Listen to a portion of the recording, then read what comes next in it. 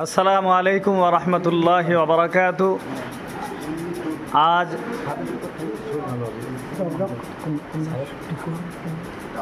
আওসা বাহারুল উলুম মাদ্রাসায় আলহামদুলিল্লাহ সুন্দর একটি পরিবেশ আমরা গঠন করেছি। এখানে আলহামদুলিল্লাহ বাচ্চারা দেখেন দাঁড়িয়ে আছে।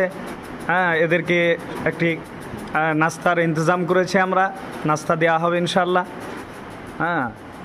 একজন দাতা ইনশাল্লাহ দিয়েছেন।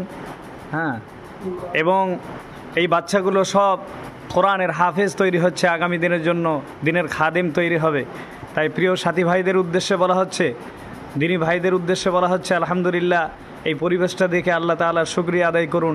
এরা দিনের স্বার্থে আগামী দিনে যেন দিনের খাদেম তৈরি হতে পারে, দোয়া করবেন। এবং এই মাদ্রাসার আপনারা দেখতে পাচ্ছেন দোতলা বিল্ডিংয়ের কাজ অর্ধ সমাপ্ত হয়ে আছে। এই জন্য ইনশাআল্লাহ যারা দান করতে চান, যারা দান করতে পারবেন মাদ্রাসার জন্য সিমেন্টের বস্তা এবং মন থেকে যা দান করতে চান ইনশাআল্লাহ আপনারা প্লাস্টারের জন্য আপনারা উদ্যোগ নিতে পারেন।